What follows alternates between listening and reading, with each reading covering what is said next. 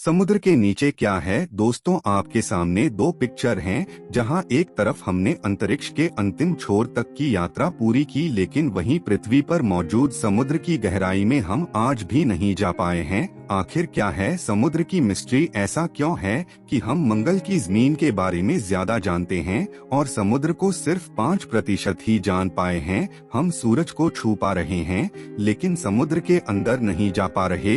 यह सवाल समुद्र को काफी रहस्यमय बनाते हैं। समुद्र की दुनिया में कौन से राज दफना हैं जिन तक हम नहीं पहुंच पाए हैं? समुद्र कितना गहरा है? समुद्र का अंत कहाँ होता है? और सबसे इम्पोर्टेंट सवाल, आखिर समुद्र के नीचे क्या है? जानने के लिए चलते हैं समुद्र की दुनिया की एक सैर पर। समुद्री सतह से 40 मीटर नीचे तक की गहराई तक सुपर डाइवर्सिफाई को जाना अलाउ होता है।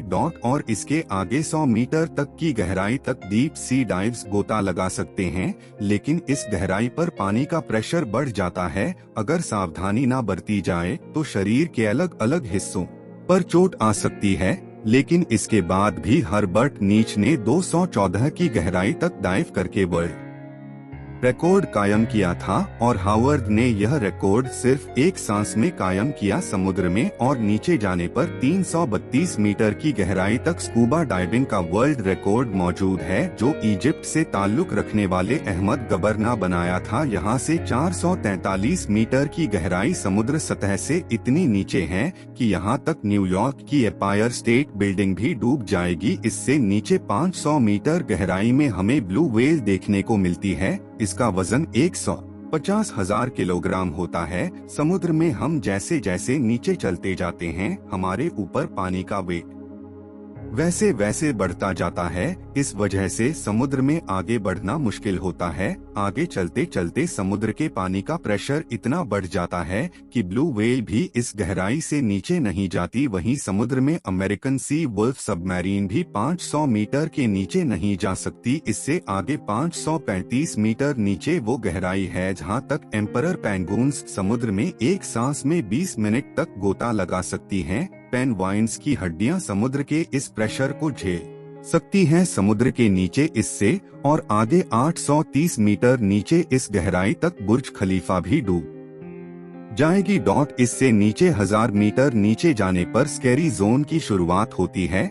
यहाँ तक लाइट भी नहीं पहुँच पाती। स्कैरी जोन में जायंट स्क्विड भी पाए जाते हैं। इससे नीचे 1280 मीटर की गहराई पर लेदर बैक टेरोल्स पाए जाते हैं। यह काफी बड़े टर्टल होते हैं। इनका वजन 700 किलोग्राम होता है। समुद्र में और नीचे 2000 मीटर की गहराई पर एक रियल लाइफ एलियन पाया जाता है। ये है ब्लैक ड्रैगन फिश, जो समुद्र के अंधेरे में छुप जाती है। यह इस गहरे अंधेरे में भी आसानी से देख सकती है। इससे नीचे 2250 मीटर की गहराई पर स्टॉर्म व्हेल पाई जाती है और यहीं पर क्लोरोसोल स्क्विड्स भी पाए जाते हैं। यह क्लोरोसोल स्क्विड 14 मीटर लंबे होते हैं और इनका वजन 750 किलोग्राम होता है। इनकी एक आंख खाने की प्लेट जितनी बड़ी होती है। इनके जाल में तेज धार दांत लगे होते हैं, जिससे यह अपने शिकार को जकड़कर मार सकते हैं। 2 रोड रोलर जितनी वजनी स्पर्म और क्लोरोसोल स्क्विड की समुद्र में लड़ाई होती ही रहती है।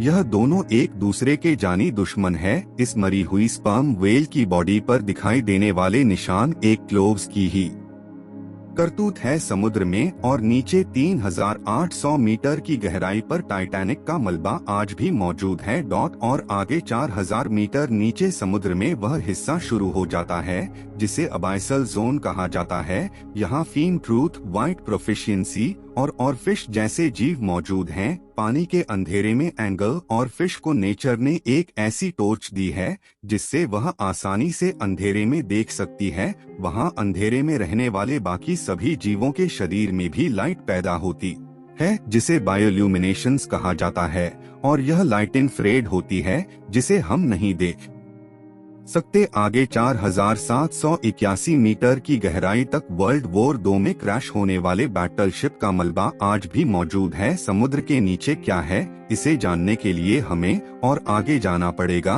और आगे 6000 मीटर नीचे की गहराई पर समुद्र का ऐसा हिस्सा शुरू हो जाता है जिसे हड्डर जोन कहा जाता है। यहाँ वाटर प्रेशर एक इंसान पर जंबो जेट रखने जितना होता है। इससे 6500 मीटर की गहराई तक यूएस नेवी की रिसर्च सबमरीन ही जा सकती है, जिसे डीएसपी एल्बन कहा जाता है।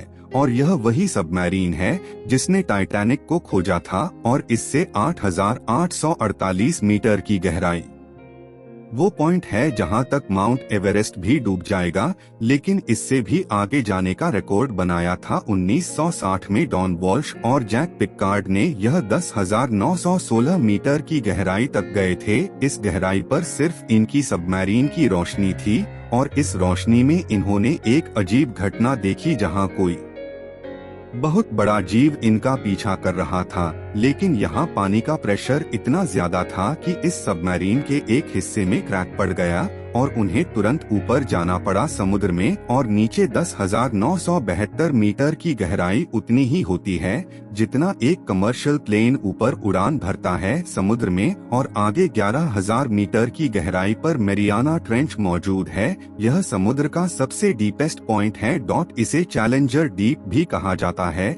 ये समुद्र में जाने गई अब तक की सबसे गहरी खाई है और इससे आगे आज तक कोई नहीं गया। समुद्र की इस गहराई में कई भयानक राज दफन हैं। जब एक बार एक अंडर वाटर टेस्ट व्हीकल को यहाँ पर 11 किलोमीटर नीचे भेजा गया तो उस व्हीकल को किसी पावरफुल जीव ने काफी मजबूती से पकड़ लिया था और काफी जोर लगाने पर भी इसे लोग नहीं छुड़ा पाए। पर कुछ देर बाद उस भयानक जीव ने इसे छोड़ दिया। लेकिन जब इस व्हीकल को ऊपर लाया गया तो इस पर लगे निशान देखकर रिसर्चर्स के होश उड़ गए, क्योंकि यह निशान किसी और के नहीं बल्कि दुनिया की सबसे बड़ी शार्क मिगलोदिन के थे। माना जाता है कि समुद्र की गहराइयों में कुछ भयंकर जीव आज भी मौजूद हैं जिन्हें हम नहीं खोज पाए हैं। उन्हीं में से एक भयानक जीव मेगलोदिन शार्क है जो लाखों साल पहले लुप्त हो गई थी। हो सकता है कि यह शार्क आज भी यहाँ मौजूद हो। समुद्र के नीचे कई तल्ख क्षेत्रों में अनेक जगह एक्टिव वोल्केनोज भी हैं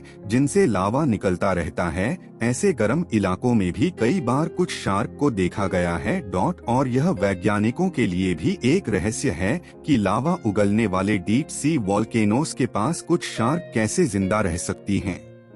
हम समुद्र में नीचे मरिहाना क्रंच में पहुंच चुके हैं। यह अब तक एक सब लोर किया गया समुद्र का सबसे डीपेस्ट पॉइंट है जिससे आगे तक कोई नहीं जा पाया है। अभी तक हमने समुद्र के 5% हिस्से को ही जाना है। पर एक सवाल अभी तक बना हुआ है कि आखिर अगर आप सोच रहे हैं कि समुद्र के नीचे कोई विलुप्त सभ्यता, विलुप्त शहर या सोने चांदी के सिक्के मिल सकते हैं तो आप गलत हैं। असल में समुद्र के नीचे क्या है यह जानने के लिए हमें पृथ्वी की संरचना को समझना होगा। पृथ्वी की संरचना में कई लेयर्स हैं जिसमें सबसे ऊपर की लेयर को क्रस्ट कहा जाता है, जिसमें हम, आप और सभी जीव जंतु रहते हैं। इस लेयर की मोटाई 5 से 10 किलोमीटर है। इसके बाद मेंटल की लेयर शुरू हो जाती है। क्रस्ट की 1 किलोमीटर की गहराई में नेचुरल ऑयल जैसे संसाधन पाए जाते हैं। पृथ्वी के इतिहास में जब एक बार समुद्री जीव खत्म हो गए थे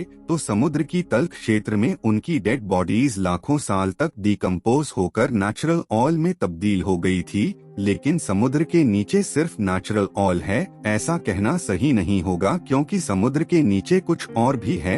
आपको यह सोचकर अजीब लगेगा कि समुद्र के नीचे नदियां कैसे हो सकती हैं। समुद्र के नीचे क्या है, इस रहस्य को जानने के लिए वैज्ञानिक काफी समय से रिसर्च कर रहे थे और वैज्ञानिकों ने मेक्सिको के समुद्र के नीचे एक नदी की खोज की। रिसर्चर्स ने इसका नाम सेनोट एंजेलिटा रखा। ये नदी कई जगह समुद्र के नीचे 115 फीट तक भी बहती है, लेकिन इस नदी का पानी पीने लायक नहीं बल्कि खारा है। इसी नदी की तरह ब्लैक सी के नीचे भी दुनिया की 6ठी सबसे बड़ी नदी मिली थी जो समुद्र में 100 फीट नीचे बहती है। इस नदी की रफ्तार 6 किलोमीटर प्रति घंटा है। वैज्ञानिकों के अनुसार सालों साल से मौजूद इस पानी को सूरज की रोशनी और समुद्र की लहरों की वजह से गति मिलती है, जिस वजह से ऐसी नदी बहती है। समुद्र के नीचे नदी कैसे बह सकती है, ये जानने के लिए वैज्ञानिक खोज करने लगे तो पता चला कि समुद्र के नीचे नदी बहने के लिए धरती का घूमना, समुद्र के पानी का घनत्व यानी डेंसिटी और टेम्परेचर जिम्मेदार होता है। समुद्र में सूरज की रोशनी सब जगह अलग अलग टेम्परेचर क्रिएट करती है।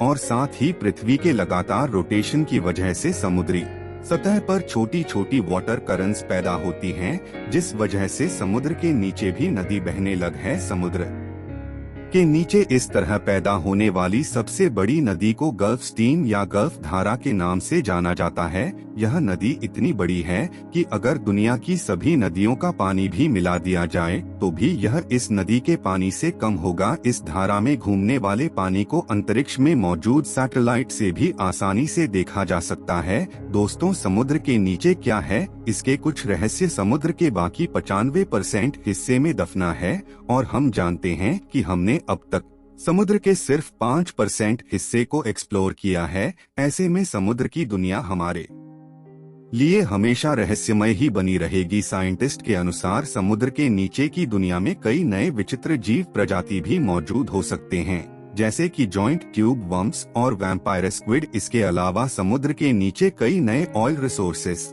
मिनरल्स वगैरह भी मौजूद हो सकते हैं जो हमें इकोनॉमिकली स्ट्रॉन्ग बना सकते हैं। साथ ही समुद्र की दुनिया में हो सकता है कि कुछ प्राचीन सिविलाइजेशंस के सबूत भी मौजूद हों जो अब तक हमारे नोटिस में ही ना आए हों। ऐसे में आपको क्या लगता है कि समुद्र के नीचे बाकी बचे इस 95% हिस्से में क्या हो सकता है? कमेंट्स में हमें जरूर बताइएगा। मैं मिलता हूँ आपसे किसी अगले वीडियो में, तब तक की watching our videos and keep exploring.